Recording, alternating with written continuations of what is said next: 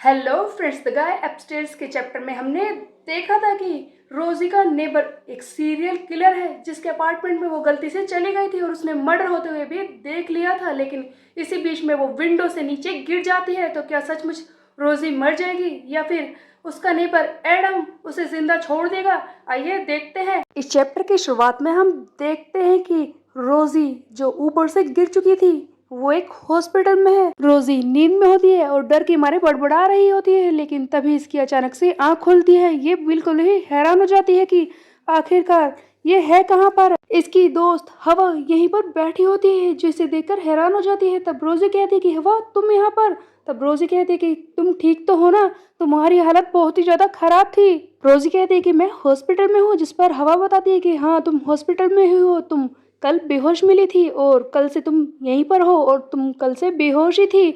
अब जाकर तुम्हें होश आया है। तुम क्या ढूंढ रहे हो रोजी? तुम्हारे ग्लासेस। एक्चुअली वो बात ये है कि ये देखो तुम्हारे ग्लासेस टूट चुके हैं। देखो इसका फ्रेम तो ठीक है, तुम इसमें नए ग्लासेस डलवा सकती हो। जैसे ही रोजी ग्लासेस को देखती है, अचानक से उसे याद आता है कि वो किस तरह से ऊपर वाले फ्लोर से गिरी थी। इसके सर में दर्द होने लगता है। तब हवा कहती है कि तुम्हें क्या हो गया रोजी? रुको रुको, मैं डॉक्टर को बुलाती हूँ। लेकिन रोजी इसका हाथ पकड़ लेती है और कहती है कि तुम कहाँ पर जा रही हो? तुम यहीं पर रुको, मैं। हवा चिल्लाती है डॉक्टर डॉक्टर। तभी हम देखते हैं कि रोजी कहते हैं कि तुम ये तो बताओ कि आखिरकार मुझे हुआ क्या, मैं यहाँ पर कैसे आ गई? तो क्या रोजी पिछली रात की मर्डर वाली बात भूल चुकी थी? हवा बताती है कि देखो तुम अपने घर जा रही थी और रास्ते में तुम बेहोश हो गई और इसी वजह से तुम्हें चोट लग गई। तुम्हें पता है तुम्हारा ही एक नेबर यहाँ पर तुम्हें लेकर आया है, उसे तुम सड़क पर बेहोश मिली थी। अगर ये नहीं होता तो तुम पता नहीं कैसी होती। ओ वो कॉफी लेने गया है, देखो वो आ चुका है। रोजी सामने ध्यान से देखती है, ये तो वही गया है। एडम यहाँ पर आ चुका था। एडम नाइस बनने की एक्टिंग कर रहा है और कहता है कि तुम कैसी हो रोजी? तब रोजी याद करती है कि कल रात क्या हुआ था, किस तरह से इस आदमी ने एक लड़की को मार दिया था और वो चिल्लाती है कि आ! जैसे ही रोजी चिल्लाती है, सारे डॉक्टर्स एंड नर्सिस का ध्यान इस पर जाता है। तब रोजी कहती है कि ये आदमी यहाँ पर क्या कर रहा है? डॉक्टर जल्दी आइए, ये बहुत ही ज्यादा खतरनाक है, आप जल्दी कीजिए, इसे अरेस्ट करवाइए। ये आदमी यहाँ पर क्यों है? इसे मुझसे दूर ले जाइए। Doctor doctor please. डॉक्टर, हवा और बाकी सब हैरान हो जाते हैं कि क्या कहा इसने, इस गाय को अरेस्ट करवाना है। लेकिन रोजी बार बार चिल्ला रही है कि ये मर्डरर है। हवा बिल्कुल एडम के पास खड़ी होती है क्योंकि ये उससे कॉफी लेने के लिए जा रही थी। तब रोजी इसे खींचती है और कहती है कि हवा तुम इस आदमी से दूर रहो, ये बहुत ही ज्यादा खतरनाक है, तुम्हें नहीं पता कि ये क्या कर सकता है, इसके पास बिल्कुल भी मत जाना तुम। डॉक्टर रोजी से कहते हैं कि क्या कहा तुमने, ये गाय ये मर्डरर है? जिस पर रोजी कहती है कि हाँ आपने बिल्कुल सही सुना, आप ऐसे चुपचाप कैसे खड़े हो सकते हैं? मैंने कहा ना ये आदमी मर्डरर है, इसने कल रात एक लड़की का खून किया है, मैंने अपनी आंखों से देखा है, मैं आई विटनेस हूँ। अगर तुम लोगों ने कुछ भी नहीं किया तो ये मुझे भी मार देगा, समझे? कुछ करो, जल्दी से इस गाय को अरेस्ट करवा दो।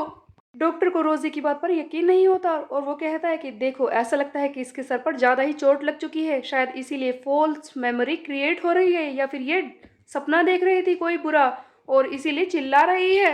रोजी कहती है कि डॉक्टर आप ऐसे कैजुअल कैसे रह सकते हैं, इसे जल्दी से अरेस्ट करवाइए, आप ये क्यों कह रहे हैं कि मैं झूठ बोल रही हूँ? जिस पर हवा बताती है कि देखो रोजी ऐसा लगता है कि तुमने कुछ गलत देख लिया है, ये गाय इसी ने तो तुम्हें हॉस्पिटल में पहुंचाया है, अगर ये नहीं होता तो आज तुम जिंदा भी नहीं बचती। इसने तुम्हें बेहोशी की हालत में देखा और इमरजेंसी में यहाँ पर लेकर आया। तुम ही बताओ अगर ये कोई किलर होता, अगर तुमने इसे किसी को मारते हुए देख लिया होता तो ये तुम्हें हॉस्पिटल में लेकर आता? कोई ऐसा करता है भला? तब रोजी सोच में पड़ जाती है कि कल रात जो मैंने देखा था क्या वो सपना था? डॉक्टर रोजी को शांत करने की कोशिश करते हैं और कहते हैं कि मैं तुम्हें चेक करना चाहता हूँ। तभी रोजी कहती है कि नहीं ऐसा नहीं हो सकता, वो सपना नहीं था, ये सब झूठ नहीं हो सकता। तब रोजी कहती है कि मेरा फोन कहाँ पर है, मुझे पुलिस को बुलाना है। रोजी फोन करके पुलिस को बुला लेती है। तब पुलिसमैन कहता है कि क्या कहा तुमने लड़की? तुमने ये कहा कि तुम गलती से किसी के घर में चली गई और वहां पर तुमने एक मर्डर देख लिया और फिर उसी इंसान ने तुम्हें बेहोशी की हालत में पाया क्योंकि तुम ऊपर से गिर चुकी थी और वही तुम्हें यहाँ पर लेकर आ गया ताकि तुम सुबह जल्दी से ठीक होकर उसे पुलिस में अरेस्ट करा सको। क्या तुम झूठ बोल रही हो? क्या तुम में कॉमन सेंस नहीं है कि कोई भी मर्डरर अपने आप को अरेस्ट क्यों करवाएगा? अगर इसने सचमुच कोई मर्डर किया होता तो वो तुम्हें ऐसे जिंदा क्यों छोड़ देता? उधर हम देखते हैं कि एडम भी शरीफ बनने की एक्टिंग कर रहा होता है, जिसे देखकर पुलिस वाले कहते हैं कि इतना वेल बिहेव्ड क्रिमिनल तो आज तक हमने देखा ही नहीं है। रोजी फिर से चिल्लाती है कि आप इसकी बातों में आ रहे हैं, मैं कह नहीं रही क्या, इसने एक प्रेग्नेंट वुमन को मारा है लास्ट नाइट, मैंने अपनी आंखों से देखा है। तब पुलिस वाला कहता है कि हे लड़की, चिल्लाना बंद कर, मैं कोई बहरा नहीं हूँ। जिस पर हम देखते हैं कि रोजी कहती है कि मुझे माफ कर दीजिए, लेकिन मैंने सही कहा है, इस आदमी ने कल रात एक वुमन को मारा है। आप मेरे साथ जल्दी से चलिए, वो इसके अपार्टमेंट में ही होगी, वहां जाकर हमें सबूत मिल सकते हैं, जल्दी करिए। एडम की एक्टिंग को देखकर पुलिस वालों को इस पर बिल्कुल भी शक नहीं है। वो कहते हैं कि क्या हम आपका घर चेक कर सकते हैं, अगर आपको एतराज ना हो। तब एडम और भी ज्यादा प्यार से कहता है कि ऑफ कोर्स सर, आपको वारंट की भी जरूरत नहीं है। जिसे देखकर तो ये रोजी हैरान रह जाती है कि ये किस तरह की एक्टिंग कर रहा है, और फाइनली ये सर्च करने के लिए आ जाते हैं उस एडम के घर पर। मुझे बस साबित करना होगा कि इसने मर्डर किया है, हम उस जगह पर जा रहे हैं। इस गाय को देखकर तो बिल्कुल भी नहीं लग रहा है कि ये परेशान है, क्योंकि कोप्स इसके घर पे जा रहे हैं। तो क्या ये एक्सपोज होने से डर नहीं रहा है? कल रात तो मैंने इसका एक इविल रूप देखा था, और अब ये इतना शांत है, इनोसेंट बनने की इतनी अच्छी एक्टिंग कर रहा है। क्या ऐसा हो सकता है? नहीं नहीं, ये झूठ ही बोल रहा है। मुझे इसे एक्सपोज करना होगा, मुझे इसका वो घटिया चेहरा पुलिस वालों के सामने लाना ही होगा, तभी सभी लोग मेरी बात पर यकीन करेंगे। रोजी सभी को अपार्टमेंट के सामने ले आती है।